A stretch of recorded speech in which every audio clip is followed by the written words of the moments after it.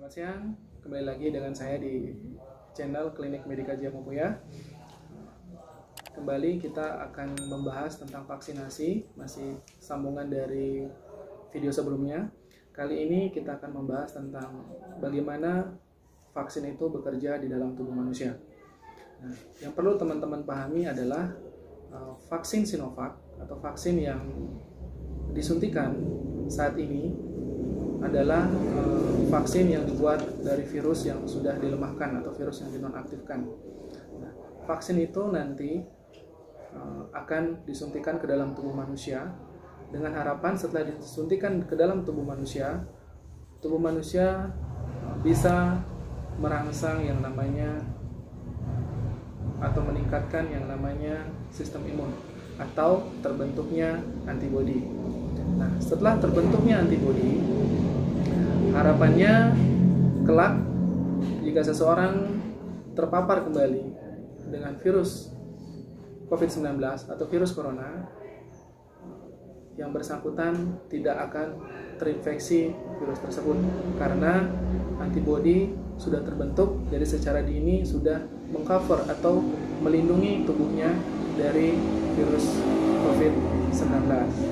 Jadi, prinsip kerja dari vaksin itu pada dasarnya cukup sederhana, teman-teman, karena selain dapat meningkatkan antibodi, vaksin itu sendiri juga diharapkan memiliki rekaman atau memiliki memori tersendiri.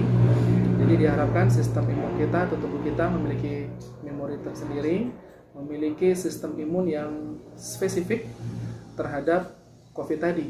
Jadi, prinsipnya, jika vaksin itu disuntikan ke dalam tubuh manusia dan vaksin itu tidak melakukan yang namanya replikasi karena vaksin itu sudah mati atau vaksin itu virusnya mati tidak aktif, yang tersisa hanya protein-proteinnya saja.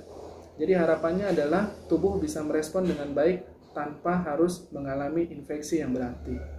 Jadi artinya sistem kerja ini pun berlaku mirip dengan vaksin-vaksin pada umumnya yang kita lakukan, mungkin dari usia 0 bulan sampai kita tahapan tertentu vaksin imunisasi lengkap. Jadi teman-teman, sekali lagi di video ini saya ingin menyampaikan bahwa vaksin itu cukup aman dan tidak berbahaya.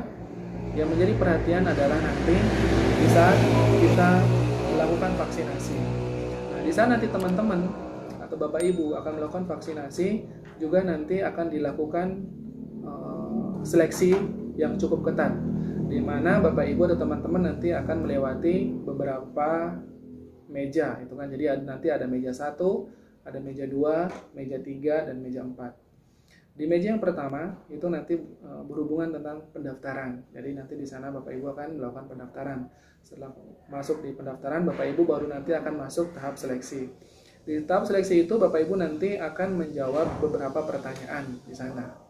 Jadi ada beberapa pertanyaan-pertanyaan nanti yang akan memberikan rekomendasi kepada tenaga medis saat itu untuk Bapak Ibu bisa lanjut ke meja 3 untuk divaksinasi atau tidak.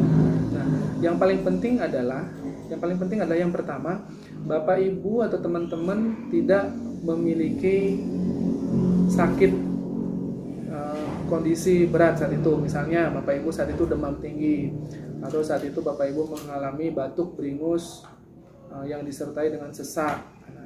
Jika keadaan seperti itu, berarti Bapak Ibu tidak bisa divaksinasi. Begitu juga dengan penderita penyakit-penyakit kronis seperti darah tinggi misalnya.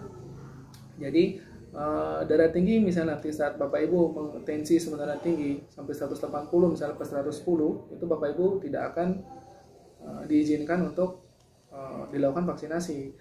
Boleh darah tinggi, yang penting adalah tekanan darahnya terkontrol. Begitu juga dengan gula darah terkontrol, dan yang lain-lain pun dalam keadaan terkendali, itu bisa untuk divaksinasi. Nah, setelah nanti Bapak Ibu melewati fase seleksi di meja 2, Bapak Ibu dan teman-teman nanti akan langsung masuk ke meja 3. Di meja 3 itu Bapak Ibu nanti akan langsung melakukan vaksinasi.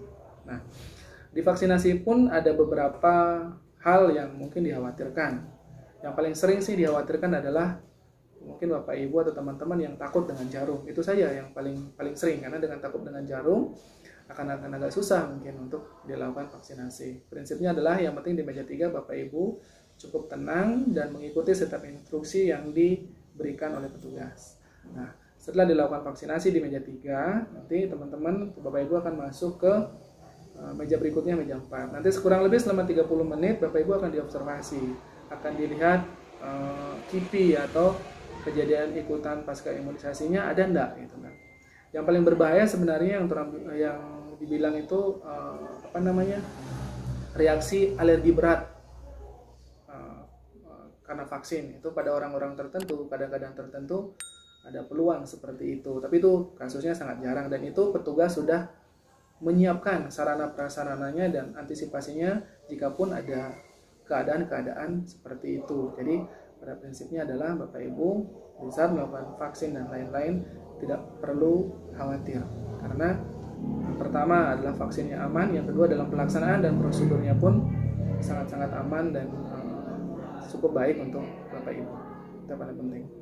Dan demikian mungkin video kali ini. Adapun video berikutnya yang masih berhubungan dengan vaksin, kita ketemu di lain waktu. Terima kasih.